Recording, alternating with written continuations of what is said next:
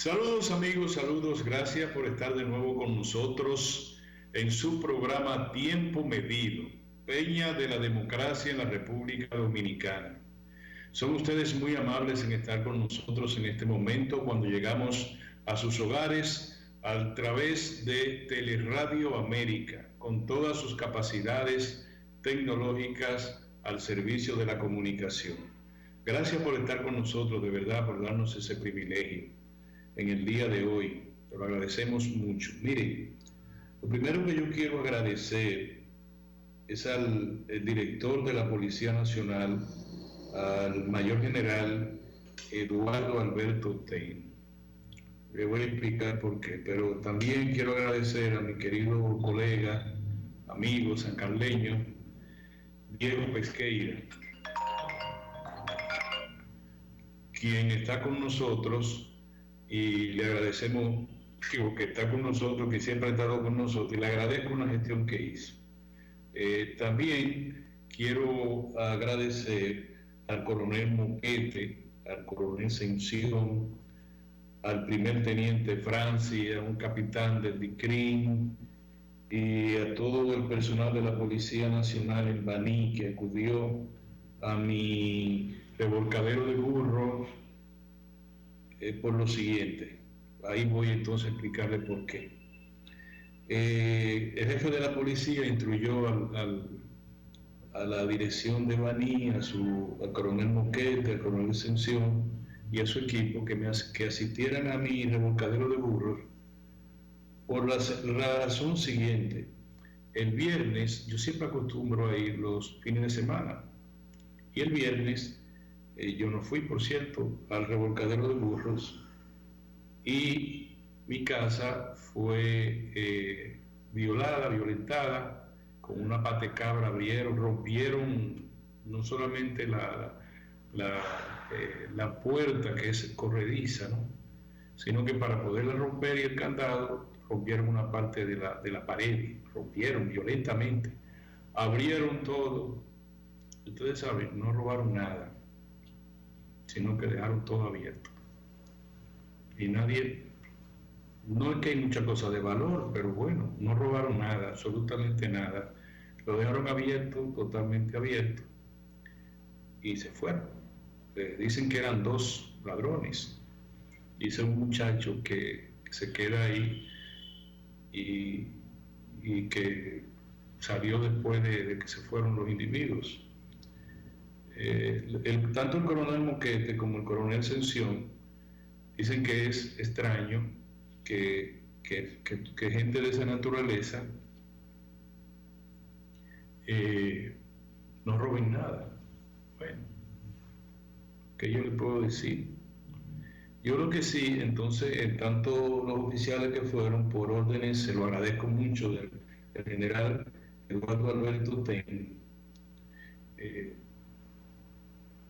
trabajan con esa tesis de que por qué no robaron si nadie se lo impedía.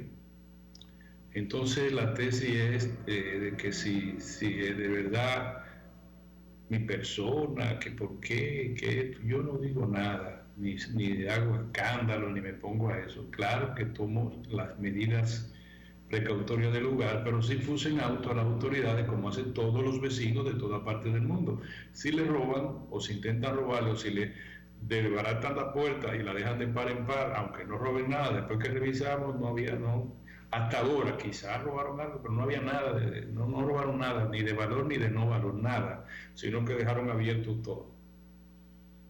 todo lo que hace uno en comunicación a la policía. Pasa que el general Klein, quizá Diego Pesqueira, que estaba fuera del país, tomó ese caso lo tomó como si fuera para él.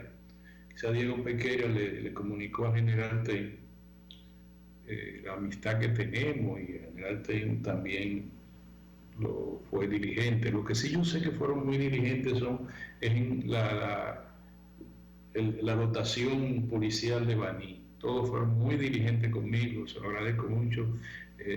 Actuaron y prometieron que iban a vigilar el lugar donde está mi revolcadero de burro. Yo lo estoy ni denunciando nada, ni diciendo nada. Yo simplemente estoy señalándole lo que pasó, para que no vengan. Yo no voy a hacer un escándalo, ni me interesa. Lógico, me cuido. Y por eso yo le digo a veces al ministro de Interior y Policía que la seguridad ciudadana no es tan fácil como conseguirla. Uno puede decir, estamos avanzando, vamos avanzando. Pero en el sitio donde está mi revolcadero de burro, en Baní, que es un residencial, se llama Finquita Gloria, voy a decir dónde está Finquita Gloria. Muchos periodistas amigos míos han ido ahí, han estado conmigo ahí en mi revolcadero de burro, que saben que yo le tengo mucho aprecio a ese lugar. Señores, han estado robando casi todos los días y atacando internamente. Ahora ya pusimos puerta corrediza adelante, pero todavía todos los vecinos no están enterados, entonces se ha dejado a que todo el mundo tenga su viper de que abra y cierre la puerta, esperando hasta el día 30 de este mes. Y se ha instalado también una persona que cuide la entrada, pero eso es un campo, eso entra por cualquier parte, eso da al mar. Es decir, que el que quiera robar, que quiera meterse, lo busca por otro lado, pero por lo menos se disminuyen las posibilidades de que atraquen y roben o que salga un vehículo por delante. Yo le digo a todo el mundo que se cuide de la delincuencia, que nos cuidemos de la delincuencia. Sin hacer más aspavientos, cuidémonos, tomemos precauciones con nosotros, nuestras familias, y ya. No más nada de ahí podemos hacer. Y repito, yo quiero decir que la dirección, lo que yo vi, cómo se mueve, qué hace, la dirección de la Policía Nacional de Baní merece la ponderación de nosotros. Baní es muy difícil, Baní, el municipio de Baní, muy difícil, por razones que ustedes pueden colegir. Mi coronel Moquete, el coronel Sención, el ICRIM trabaja rápido, conoce, se movilizan bien. Lo que yo puedo decir es, lo que yo vi de la policía de Baní es mucha diligencia, buen trato, pero no es porque yo soy periodista, con los vecinos hablando, todo buen trato. No es una policía que arrasa, es buen trato con la gente. Todo. Lo que yo hice fue que convoqué a los vecinos del residencial, porque el caso no era mío solo. En el caso mío es que abrieron y no robaron nada y dijeron, para que sepan, que rompieron la pared. Bueno, hubo que buscar un herrero y buscar un albañil para que el herrero volviera otra vez a reparar todos los hierros destruidos y el albañil a reparar las paredes. Fue con una pata de cabra que dicen que es muy conocida por la zona, que usan patas de cabra y eso. Bien, ahí lo dejo. Más bien esta nota de agradecimiento al general por el trato que me dispensó y mi camarada y amigo Diego Pequeira, sancarleño, promotor de deporte y de cultura, uno de los mejores hijos de San Carlos. Diego Pequeira vive en San Carlos. Es coronel, pero a nosotros no nos importa eso. Él es de San Carlos, él fue presidente del Club Deportivo San Carlos y eso se vale por sí solo. Diego Pequeira es un gran ciudadano, un joven, yo le digo todavía muy joven, que siempre está involucrado en asuntos relacionados con su sector, con San Carlos. Me alegro mucho. Gracias, general, por el trato que usted me dispensó. Muchas gracias. Bueno, señores, ustedes saben una cosa, mis amigos y mis amigas. Ayer yo salí con mi hija, yo creo que lo va a decir Kirsis mañana en su programa de Padre e Hija. Yo me siento muy bien cuando la gente se refiere a uno por lo que hacemos en este programa y lo hace no por razones políticas, no por razones religiosas, no por nada, sino que le dice, esa expresión sigue ahí, tú vas bien. Gente mayor, gente que son monumentos de la moral, de la ética, que tienen vida, que ya la conoce en cualquier sitio, que no necesitan más nada que resguardarse en su hogar y con su familia, y siempre están preocupados por el país. Ese tipo de gente es muy valiosa. Contrario a otros que se quieren aprovechar, que hacen todas las alaracas para que su nombre se convierta en fuegos de artificio en las redes sociales, porque no han logrado nada en la vida desde el punto de vista ni político, porque no han militado políticamente, porque no han participado en ninguna de las luchas por la democracia dominicana en la etapa que le toca a cada quien. En la etapa que me tocó a mí ya yo lo hice. Ya yo tengo los pies claros, conmigo no cuenten, que no sea en mi nuevo rol el que estoy ahora mismo haciendo con ustedes. Cuando fue como un ministerio público ejercí mi rol, ya, yo, donde me ponga la vida yo trabajo. Ahora yo quiero decirle a ustedes que tenemos una comunicación, o sea, un ejercicio de comunicación, a veces muy matizado por la ignorancia y por el adjetivismo. Si usted quiere destacarse, dígale ladrón a cualquiera, dígale prostituta, dígale cualquier cosa a quien sea, y como aquí nada de nada y nada pasa, bueno, pues usted va a tener que bien, usted va a sentirse bien. Y va a salir en los periódicos y va a decir que usted es guapo, que usted esto y todo lo otro, y ya. Y si usted quiere hablar del tema que ahora mismo inmediatamente lo trato, el tema de la construcción de la verja en Haití, qué bueno, un maldito haitiano, hay que... por ahí se van y todo el mundo dice, muy bien, ay, viva la patria. Y entonces nosotros mercadeamos ignorancia y mercadeamos insultos, adjetivaciones, y no hay una forma de que uno pueda debatir los temas. Por ejemplo, este ciudadano que tiene el honor de dirigirle la palabra respalda la construcción de lo que se ha dado en llamar verja fronteriza inteligente, así la llaman. Bueno, está bien.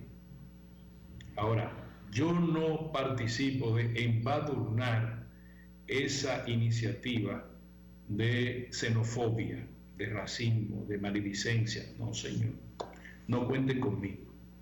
Yo creo que esa verja une, en vez de desunir, une a Haití y a la República Dominicana. Cada quien en el lugar que le corresponde conforme a la historia ejercer su soberanía. Nosotros de este lado, ellos de aquel lado. Una cosa importante, señores. La inmigración ilegal hay que combatirla como sin verja.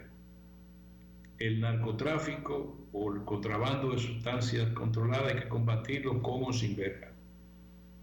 Y el contrabando de mercancías varias de cualquier naturaleza hay que combatirlo con o sin verja. O sea, la verja no es el óbice para que nosotros no defendamos, no apliquemos la ley penal dominicana, la persecución de crímenes y delitos, y no invoquemos la defensa de la soberanía. Para que esté claro eso. Son 392 kilómetros lineales. Lo que se hace con eso es consolidar nuestro criterio de que debemos perseguir los crímenes y delitos, debemos controlar la inmigración ilegal y debemos consolidar nuestro principio de soberanía nacional. Ya, se acabó. Pero del otro lado es lo mismo. O sea, Haití, cuyas autoridades no vamos ahora nosotros a juzgar, ni tampoco nos vamos a referir a la situación de inestabilidad absoluta que tiene Haití. Pero uno ha de imaginarse que también quieren preservar su soberanía, que no tienen aires imperiales, sino preservar su soberanía, y que no le interesa a los gobiernos promover migración ilegal a la República Dominicana.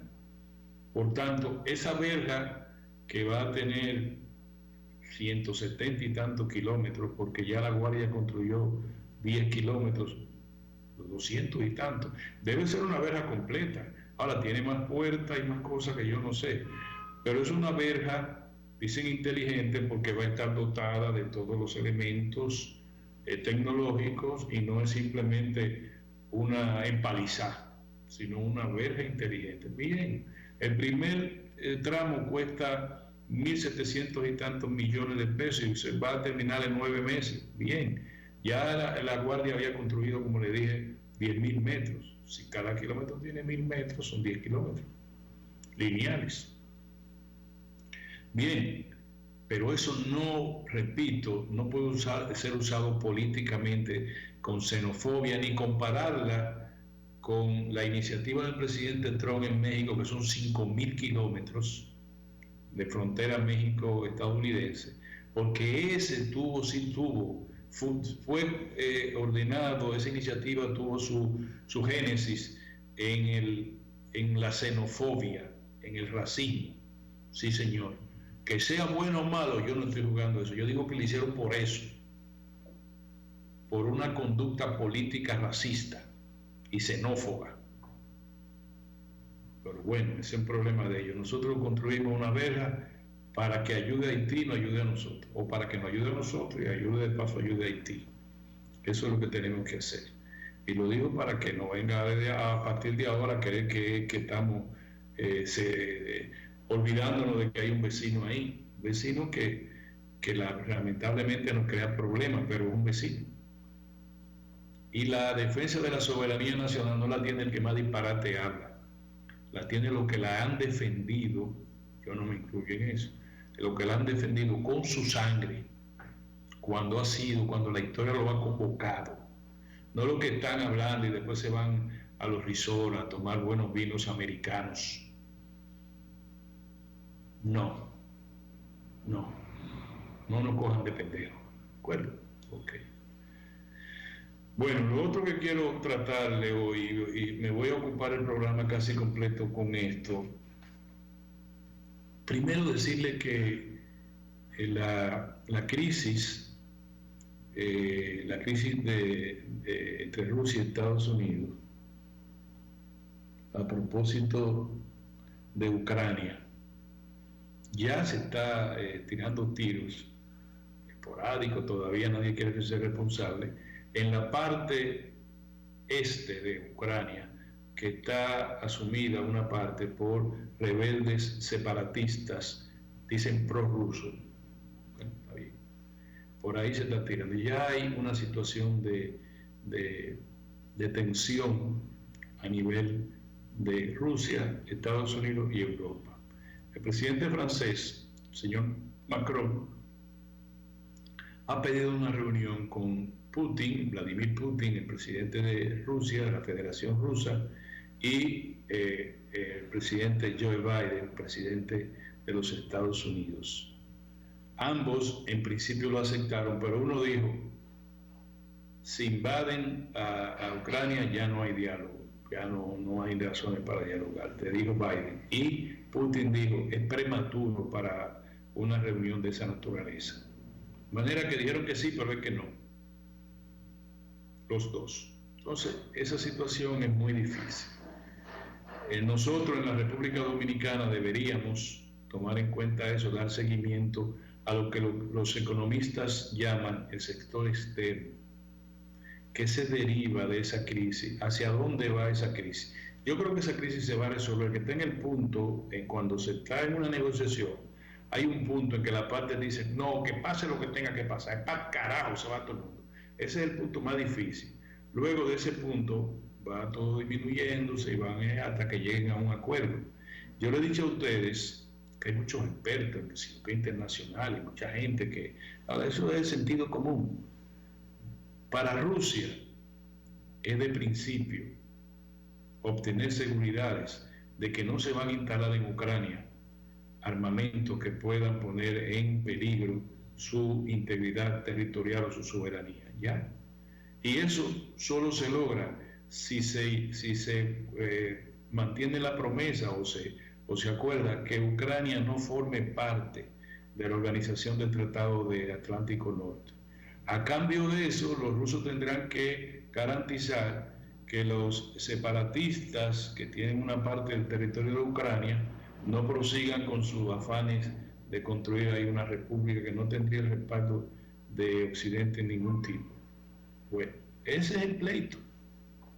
Lo que pasa es que Rusia no puede ceder sobre la base de que sí, la autodeterminación de Ucrania. Ucrania formó parte de la Unión de Repúblicas Socialistas Soviéticas. O sea, fue parte integral del territorio de los bolcheviques. Y está ahí al lado. Y entonces Putin tiene algo de razón cuando dice, bueno, es como si nosotros tuviésemos a México y se instalaran en México, en cualquiera de sus ciudades, armamentos que puedan constituir un peligro para la integridad de los Estados Unidos. O es lo que se le ha dado, el tratamiento que se le ha dado a Cuba. Cuba tiene más de 60 años con un embargo económico que ha masacrado a muchas generaciones de cubanos por una razón geopolítica internacional, porque Cuba está a 90 millas de la Florida náutica. Bueno, pues eso mismo, pongan a Cuba, pónganla y cambien el nombre, pónganle Ucrania, es lo mismo. Ucrania está en la frontera con Rusia, todavía más cerca de Rusia que lo cerca que está Cuba de los Estados Unidos. Entonces no es que usted sea prorruso ni proamericano, es que usted analice cuál es la situación. La situación posiblemente se tenga al presidente de Francia para que alguna vez convenza, o sea, es el portaestandarte de la posición más civilizada que puedan tener la Unión Europea, donde siempre se convierte en el teatro de la guerra, en caso de guerra, que ahora sería una guerra de exterminio y se llegase a producir a gran escala. Entonces, eso se va a solucionar, pero los efectos inmediatos sobre la economía mundial son cruentos. Veremos el petróleo, y aquí entro en el tema que quiero tratar con ustedes, que es economía, veremos el petróleo a más de $100. Si esta crisis se prolonga 1 o 2 semanas más, ¿ya? Nada más necesita 1 o 2 semanas más. Y no hay que, repito, que ser un experto en temas internacionales, ni en hidrocarburos, ni en comercialización de hidrocarburos. Obra la siguiente razón. La Organización de Países Productores de Petróleo no ha incrementado su capacidad de producción. Los Estados Unidos, por consiguiente, su reserva la mantiene en un momento de pre-amenaza de guerra. No van a manejar su reserva de petróleo para disminuir precios internacionales ni internos en los Estados Unidos. Y 3, en la República Dominicana nosotros realmente no refinamos el petróleo crudo. Nosotros compramos la mayor parte de los 300.000 barriles de petróleo que promedio consumimos diario, lo compramos ya refinado, ya convertido en gasolina, ya convertido en gasoil, ya convertido en gas licuado de petróleo, etc. La razón, también las refinerías dominicanas de petróleo tienen capacidad no para refinar, sino para llevar a su etapa final componentes del petróleo que ya están o semi-refinados o tal cosa, no sé. Pero son 130.000 barriles diarios. Y cuarto, nosotros no tenemos capacidad de almacenamiento como para decir, estamos comprando a precio futuro más de los 300.000 barriles de petróleo que consumimos diario, multiplicados por el año completo, porque no tenemos capacidad de almacenamiento, incluido ahora que el sector privado involucrado en la comercialización de hidrocarburos internos tiene también almacenaje, pero no es tanto, ¿no? Nosotros compramos, digámoslo literalmente así, de hoy para mañana. Y nosotros no compramos en el petróleo de Texas, que el mercado se alborote porque la República Dominicana compró o no compró. Nosotros le compramos a un barco petrolero que pase por ahí, se le llama y se hace la transferencia y trae el petróleo. Eso es. Nosotros le compramos como el que vende, el que pide, que compra nevera vieja, todo viejo, que pasa por el barrio. Así mismo compramos nosotros petróleo, literalmente hablando. Dicho esto, ustedes entenderán que es un problema el petróleo y que del petróleo se derivan situaciones de comercio internacional que se reflejan en otros productos, como los commodities de origen agrícola, el trigo, el maíz, los fertilizantes, etcétera. Bueno, entonces nosotros tenemos un efecto del sector externo que presiona el índice general de precios, lo que conocemos como inflación. Correcto. Entonces, eso tenemos que verlo, porque eso es a corto plazo. Lo que han dicho los analistas internacionales es que esta situación de precios altos del petróleo se va a prolongar por el primer semestre. Por ejemplo, uno de los analistas del Citibank, uno de los bancos más grandes del mundo, ha señalado que sería a partir del segundo semestre de este año, la situación del mercado tenderá a normalizarse y que el petróleo se colocaría, que es su lugar, digamos, de normalización bajo las condiciones actuales del mercado internacional, a $70 el barril. Bueno, pero a largo plazo vemos eso. A largo plazo, dentro de este mismo año, vamos a decir. Bueno, vamos a ver qué hacemos de aquí a junio. Correcto. ¿Por qué? Porque el petróleo está impactando sobre todos los precios y artículos de primera necesidad y de servicio en la República Dominicana. Dicho esto, yo quiero señalarle a ustedes entonces que qué es lo que nos debe preocupar a nosotros. Y reitero que nosotros deberíamos estar debatiendo estos temas en español, no en ucraniano, en español, para que no solamente la clase media que tiene acceso a la lectura de la economía, de la situación internacional, de la relación política dominicana, de la crisis que se dan en todos los países, la clase media más vinculada, digamos, a la academia. Bien, pero nosotros, los ciudadanos ordinarios, debemos saber cómo marcha el país. No solamente los inversionistas de los anaqueles altos de la economía dominicana, que dicen, bueno, no se puede invertir aquí, vamos a invertir para allá, saca tu dinero de tal sitio, ponlo por este lado, porque tienen un conocimiento pleno de la dinámica internacional en materia económica, en materia política, en materia de todo. Ellos saben cuando Rusia dice, no vamos a bombear gas natural a Alemania o gas natural al conjunto de Europa para profundizar la crisis económica y obligar a tal cosa. Ellos lo saben, nosotros no. Por eso, al retorno de esta breve pausa, yo quiero hablarle de un tema que sí me preocupa a mí, tanto como la inflación, de la cual le voy a hablar brevemente, porque yo creo que va a ir cediendo, yo también creo eso. Pero vamos a hablar de endeudamiento. Nos vemos en un momento, señores. Retornamos casi de inmediato.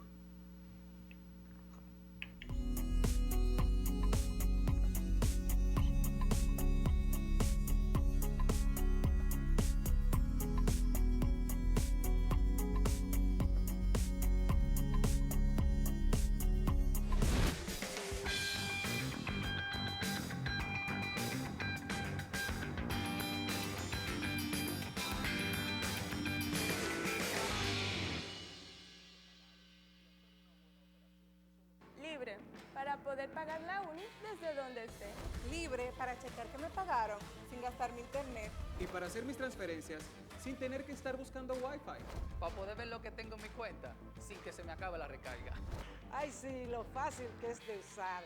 Sí, hemos liberado nuestra app Banreservas del consumo de datos para que aproveches todos sus beneficios, tengas o no tengas internet, haya o no Wi-Fi y sin consumir tu recarga. Bájala, úsala y resuelve. App Banreservas, tu banco fuera del banco. Banreservas, el banco de todos los dominicanos.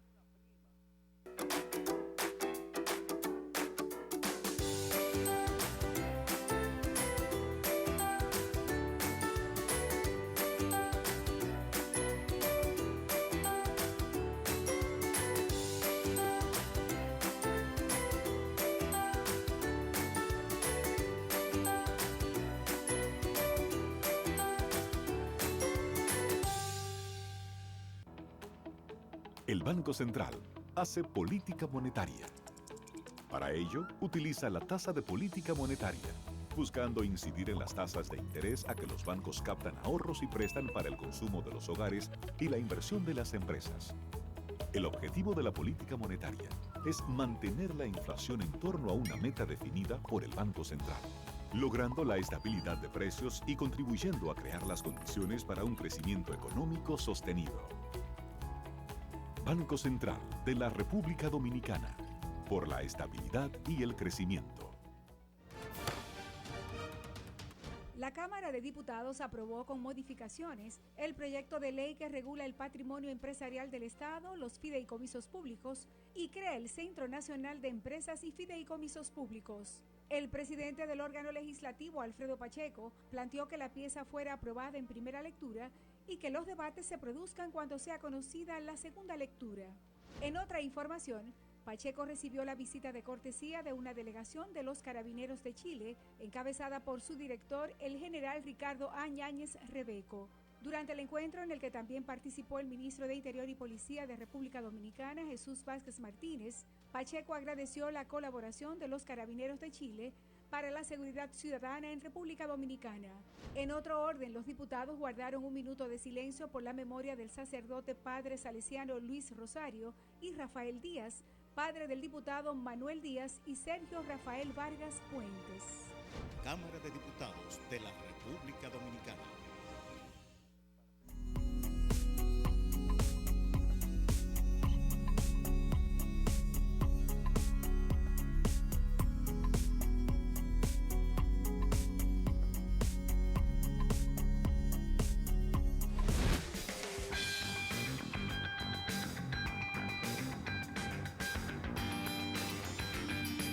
Amigos, gracias por quedarse con nosotros. Son ustedes muy amables en este momento que nos acompañan a través de Teleradio América para todo el mundo. Tengan en cuenta eso, que es para todo el mundo. Miren, yo no me puedo quedar, yo estoy tan agradecido que no puedo dejar de mencionar a todos los oficiales que intervinieron en mi caso allá en mi revolcadero de burro en Baní. Pero además decirle que tengo los mejores informes de esos oficiales que manejan la Dirección Regional de la Policía Nacional en la provincia de Peravia, encabezado por el coronel Moquete, quien es un hombre, primero, es un militar de carrera, culto, igual que el coronel Sención, que es el subdirector. El jefe de esa dotación es el coronel Moquete, el coronel Sención es el subjefe, el coronel Martínez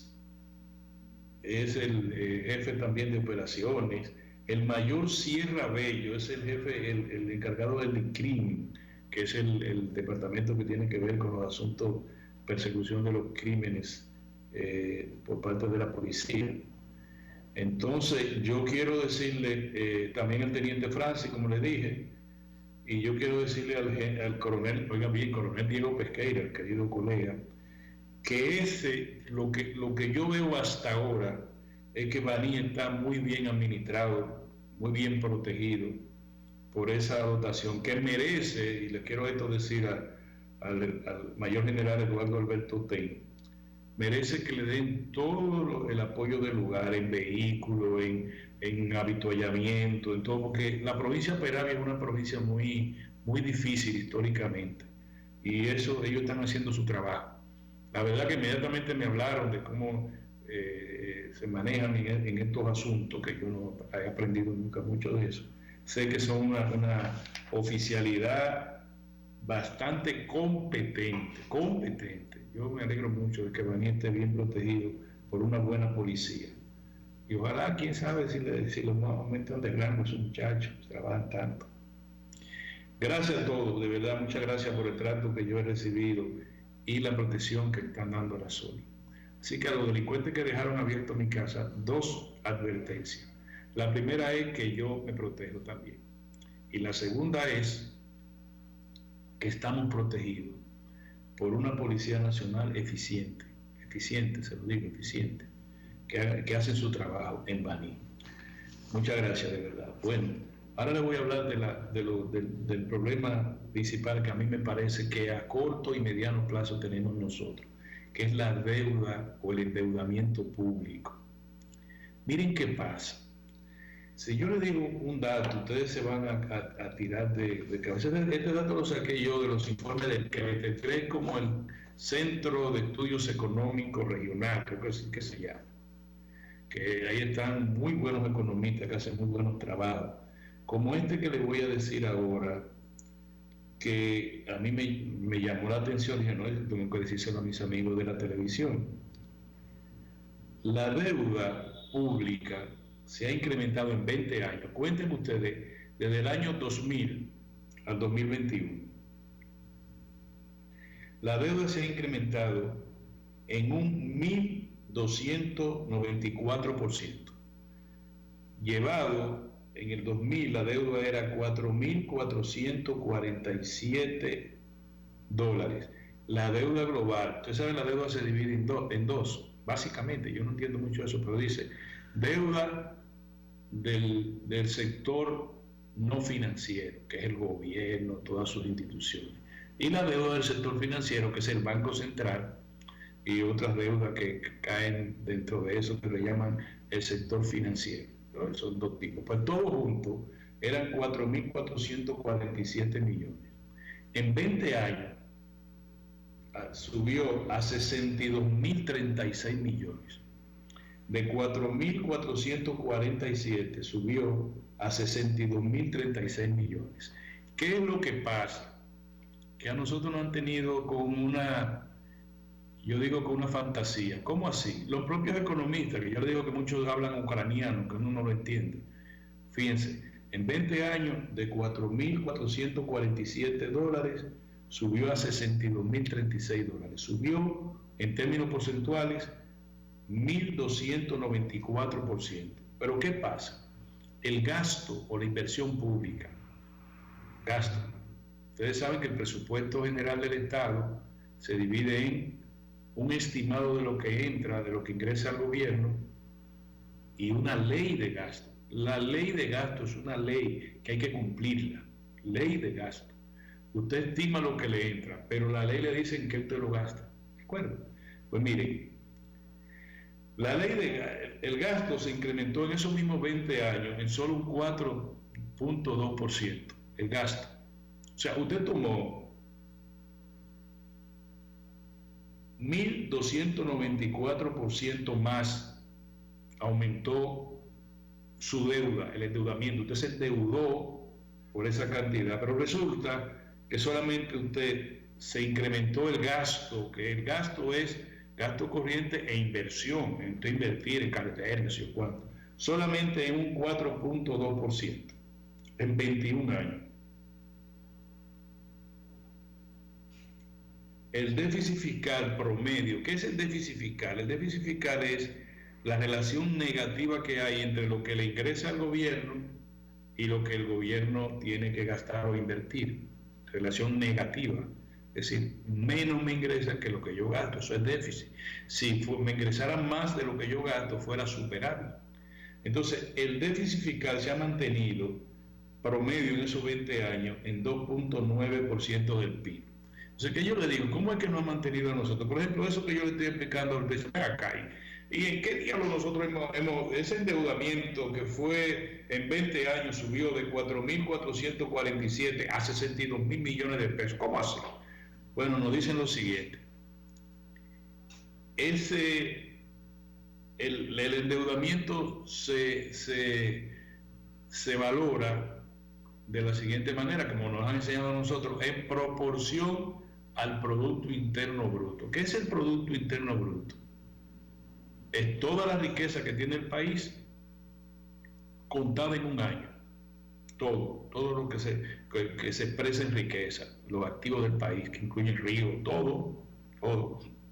Bueno, nos dijeron, como el país, la economía dominicana recuperó ya los 10.000 millones de dólares que había perdido de su Producto Interno Bruto durante la pandemia, lo recuperó, o casi lo recuperó en el 2021, entonces la deuda pública se redujo de un 72% que se decía en el 2020, 2021, que había alcanzado el endeudamiento, 72% en proporción al Producto Interno Bruto, pues se redujo a un 62%. Y otros dicen que hasta un 52%. Entonces dicen, pues mira, se redujo la deuda, pero no. Porque en términos absolutos son 62.036 millones. Es decir, usted dice, mira, con respecto a lo que yo tengo, a toda mi riqueza, contada al día de hoy en mi casa, la deuda mía se redujo en un 10%. Oh, sí, yo debía un 72% en relación a mi riqueza, a lo que yo tengo, y ahora dame un 62% en relación a mi riqueza. Ok, ¿cuánto tú vas a pagar? Bueno, lo mismo, yo voy a pagar lo mismo, yo voy a pagar 62.036 pesos que yo debo. ¿Y por qué tú dices que bajó o no subió? Sí, porque ahora fíjate, yo recuperé mi riqueza, sí, tú recuperaste tu capacidad de pago, pero tú debes los mismos cuartos. Eso no ha bajado. Entonces, ¿qué han hecho los gobiernos qué ha hecho el Fondo Monetario Internacional? ¿Qué les pide a los gobiernos? Lo que con mucha precisión nos dice el economista Rolando Martínez Agüero, que es el autor del trabajo que yo estoy sacando estos datos, de CREF, el Centro de Estudios Regionales de Economía, algo así, CREF. Y todos lo pueden buscar en internet. El Fondo Monetario le dijo a todos los países lo siguiente: ustedes tienen que tener reglas, ustedes no pueden estar de desorden. ¿Cómo así? Miren, son 4 reglas que tienen que tener los países y con ellos los gobiernos. Primera regla, usted tiene que tener regla hacia el techo de su deuda, hacia donde usted dice ya, nada más se puede hasta aquí, en un periodo determinado, no puede seguir endeudándose. Número 1. Número 2, la regla del gasto, los límites del gasto público, que se lo señala la ley, pero nosotros no pasamos, que sé yo cuánto. No. El límite del gasto público, que eso es el principal motivo del endeudamiento. Si usted gasta más de lo que le ingresa, que es el déficit fiscal, usted se está endeudando más. Si en su casa usted dice, bueno, yo con todo lo que mi mujer compra, de la comida y la cosa, y lo que pagamos de casa y de esto y de lo otro, eso me hacen 50.000 pesos. Pero yo quiero tener Netflix, yo quiero tener esta cosa, yo quiero tener esto, eso me hace 58.000 pesos. Usted debe 16% más de lo que usted tiene capacidad de pagar. ¿Dónde usted tiene que buscar eso? Con su tarjeta de crédito, que es deuda, o tiene que ir al garrotero de la esquina y decirle, préstame el dinero que me falta para cumplir con mis capacidad de gasto, de afrontar los temas que yo me puse como gasto. Es decir, si nosotros no le ponemos un tope al gasto, eso va a presionar el endeudamiento, porque el déficit fiscal es deuda. Cuando le dicen, nosotros programamos un déficit de un 3% en el ejercicio de este presupuesto, lo mismo que en su casa, eso es deuda. El 3% de todo lo que le entre usted, de todo lo que usted está programado a gastar o a invertir, le falta un 3%, es deuda, usted tiene que buscarlo prestado. Por eso el gobierno buscó en este febrero 3.500 millones en términos absolutos, lo digo, en términos redondos, en colocación de bonos soberanos. ¿Para qué? Para pagar la deuda que está señalada en el presupuesto general del Estado, que representa casi un 30% de todo el estimado de ingreso que tengo. O sea, del estimado de ingreso que yo tengo en mi casa, yo estimo que me va a faltar el 30%. Del estimado de ingreso de este año que yo voy a invertir en mi casa, comida, colegio de los muchachos, todas esas cosas, y cualquier reparacióncita que le haga a mi casa, me va a faltar el 30%. Que en relación a todo el dinero que me va a faltar el 30%. Así es. Yo no sé, el 3%, pero el 3% es en proporción al producto, pero es el 30% en proporción al presupuesto. Yo no sé si ustedes me entienden. Yo tengo el 3% que me faltan en proporción a toda la riqueza que yo tengo en mi casa contada ahora mismo. Ah, sí, está bien. Pero en relación al estimado que yo hice de gasto para este año, tengo que buscar el 30% en relación al ingreso que yo voy a tener. 30%. Por ejemplo, nosotros tenemos un presupuesto general del Estado para este año en 1.000 millones más 200.000 millones. Eso es 1.2 billones. Millones de millones, billones, 1.2 billones. ¿Cuánto el gobierno tiene que pagar de lo que se llama servicio de la deuda externa?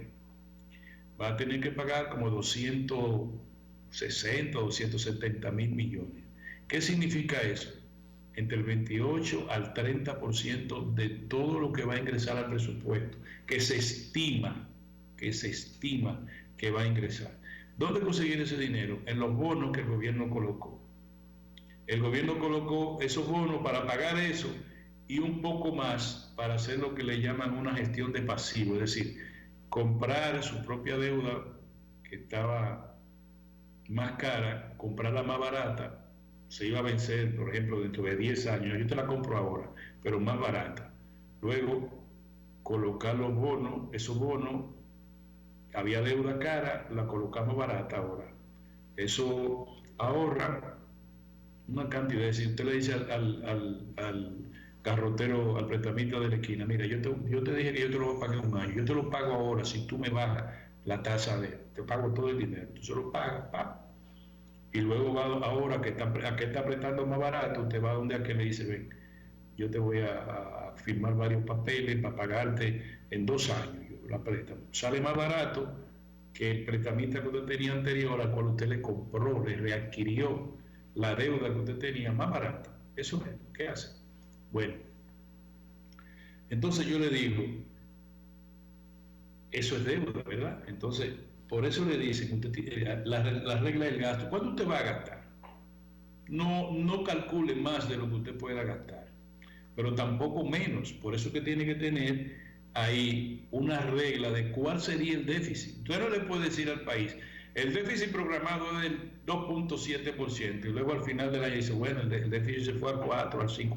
Es como si usted se lo dijera a su mujer, o su mujer a usted, viejo, mira, yo te dije que nada más me voy a gastar tanto, pero se me fue la mano un poco, vamos a tener que buscar más apretado, porque no, un momentito, quedamos que era un 2%, salvo que no venga un ciclón, una tragedia grande, para lo cual sí la regla va a tener sus excepciones, salvo que no haya una situación de emergencia. Esto es lo que se va a hacer.